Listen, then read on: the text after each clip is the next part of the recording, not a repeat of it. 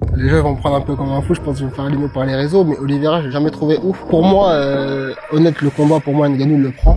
Tu dis que tu devais prendre le vainqueur de Canelo Crawford. Non, mais ça, il est complètement fou. Il a un os total.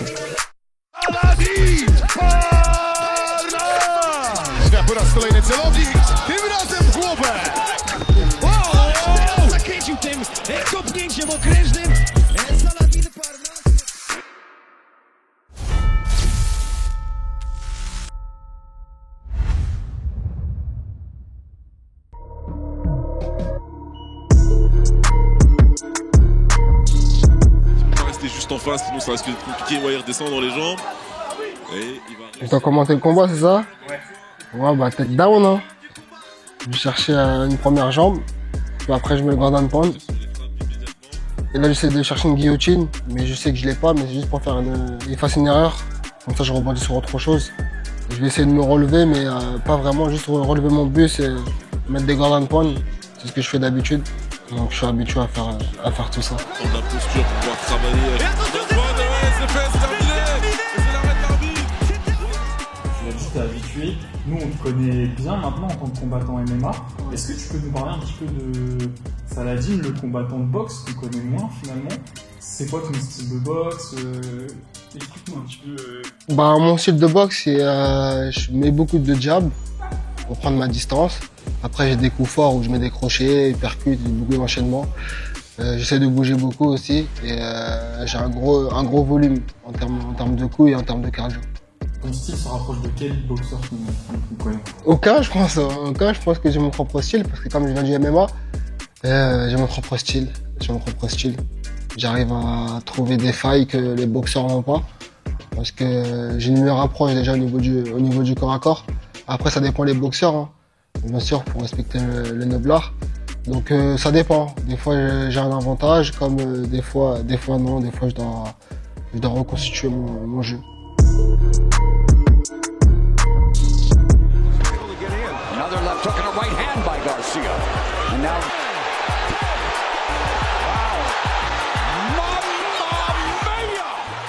Gervonta, c'est mon boxeur préféré parce qu'on est tous les deux gauchers. Donc il m'a beaucoup inspiré. Il a un beau crochet à bras arrière, je pense que c'est son point fort. Il arrive à sortir et enchaîner avec son crochet bras arrière, il voit les trous. Ou sinon des fois il laisse son adversaire mettre un jab pour soit mettre un uppercut ou soit mettre un crochet. Donc j'aime bien utiliser ces enchaînements-là. J'ai rajouté beaucoup de son jeu dans mon jeu. Et je trouve qu'il est beaucoup inspirant dans sa boxe. Il y a lui, Lomachenko aussi, parce que c'est aussi un gaucher aussi. Donc c'est deux combattants dans lesquels je m'inspire beaucoup. Il y a Usyk aussi, où il met des crochets bras arrière. Bah, phénoménal, hein. Tu choisis le combattant que tu veux en boxe. Est-ce que ce serait Gervonta Lomachenko ou quelqu'un d'autre? Quelqu'un d'autre. Il y a Shakur aussi, en termes de défense. Ouais, je pense Davis ou Shakur.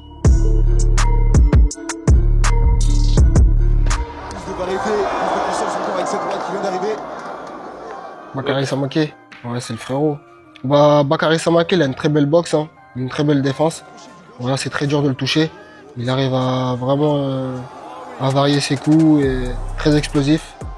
C'est pas un mec qui peut te sécher d'un coup avec un seul coup, on va dire, avec un seul crochet où tu dors. Mais c'est un mec qui est quand même très puissant.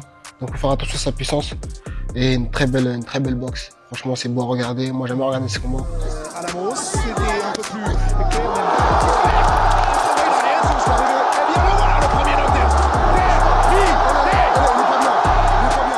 Il m'inspire aussi beaucoup, on a beaucoup travaillé. Depuis qu'il est petit, il travaille avec moi. Je crois qu'il est arrivé au club, il avait à peu près 12-13 ans. Moi, j'en avais 18-19 à peu près. Il tournait avec moi, tout ça. Donc, je l'ai vu progresser et c'est inspirant à fond. Et des fois, je m'entraîne avec lui. Donc, non, c'est top, Bakary. C'est ce qui se fait de mieux en France, en tout cas. Et là, il fait que de progresser. Je crois qu'il a que 22 ans, 23 ans. Il est tout jeune. Donc, non, il a le temps d'être explosif et il a le temps de mettre des bons KO.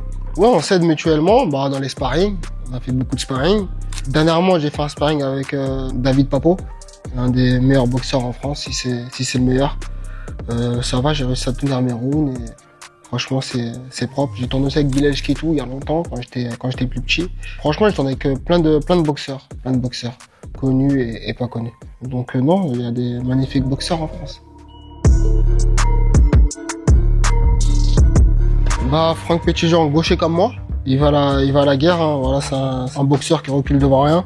Il va affronter le danger et je pense que c'est un bon challenge pour moi. Hâte de mettre les gants contre un vrai boxeur. Je pense qu'il est quand même plus frais que Vitu. Donc c'est un bon opposant pour moi, pour une première pour moi en boxe anglaise. Il a beaucoup de combats, beaucoup de victoires. C'est un bon test pour moi. On va voir comment je vais me retrouver.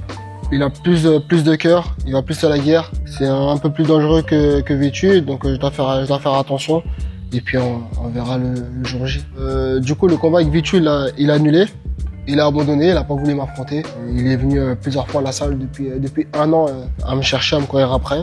Moi, personnellement, j'avais signé le deal de combattre avec lui. J'étais chaud, je lui ai dit, là, je suis dans la MMA, mais quand je ferai mes débuts en boxe anglaise, je te prendrai comme adversaire. Et là, d'un coup, on arrive à J-1 mois, il a eu peur, je pense. Donc, voilà, quand c'est sérieux, bah, il y en a de très peu. Et lui, je pense qu'il a eu peur, tout simplement. Toujours aussi motivé. Toujours. Quand il y a un opposant en face de moi, je suis toujours motivé.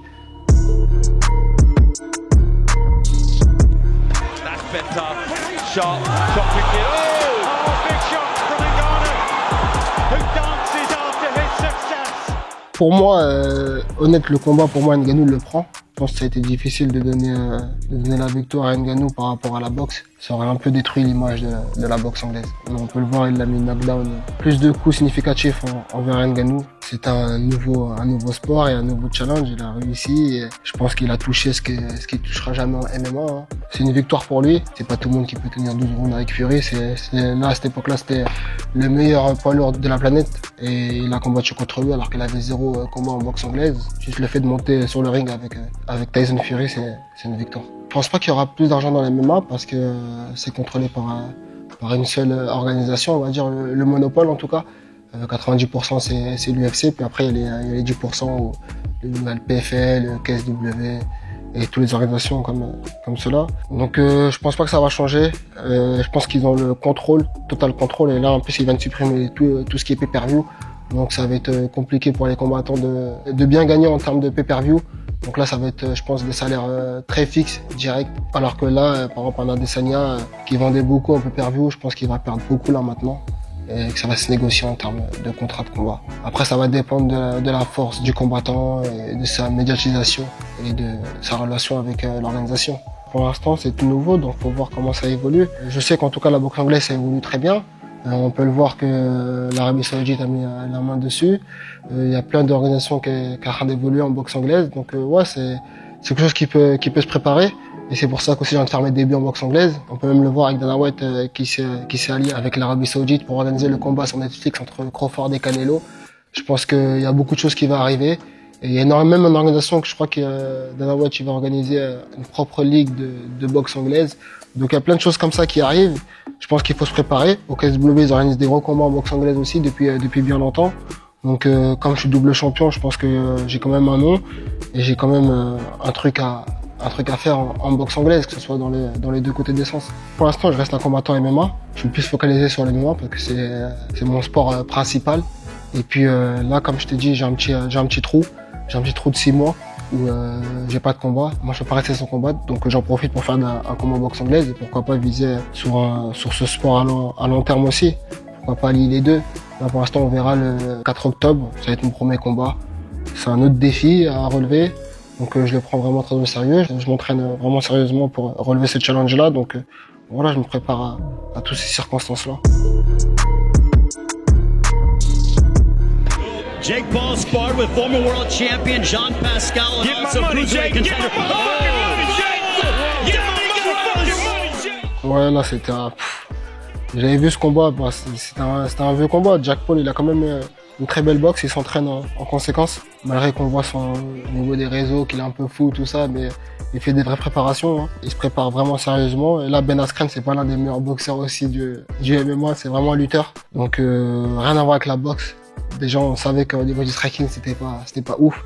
Là, c'était que en boxe. Et même en termes de gestuelle, voilà, Ben Askren, il a pas du tout la gestuelle d'un boxeur. Pour moi, il sait pas du tout boxer. Ça n'a rien à voir. Mais par contre, à MMA, c'est totalement différent. À MMA, à l'époque, c'était l'un des meilleurs combattants de la planète. Il enchaînait plein de victoires, il était champion du Bellator. Là, pour moi, c'était un mauvais combat, il n'aurait pas dû accepter, mais bon, il est parti pour l'argent aussi en même temps. Je crois qu'il avait touché 500 000 €, je crois, ou un truc comme ça, donc.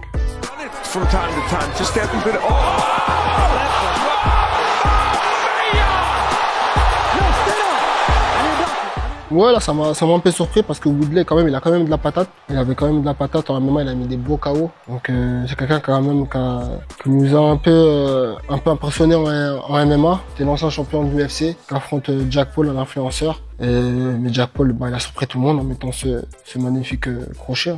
Après, je suis totalement différent de Jack Paul. Jack Paul, c'était plus un influenceur, mais c'est devenu un vrai athlète maintenant, parce qu'il s'entraîne vraiment très dur quand même. Donc non, je pense que c'est bien, il apporte une visibilité, et je pense que tout le monde peut manger dans cette discipline, quoi.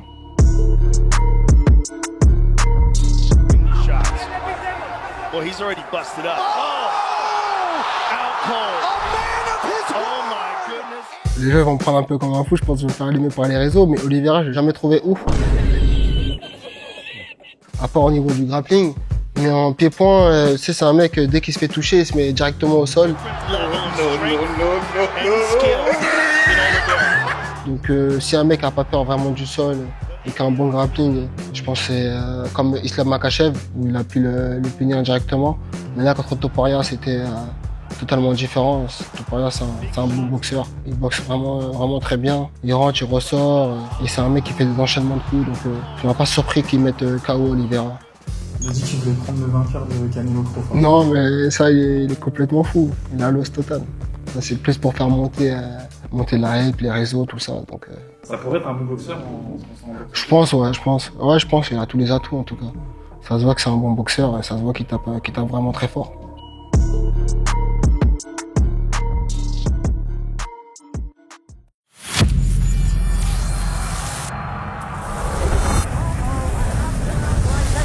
Saying it, you may hear him.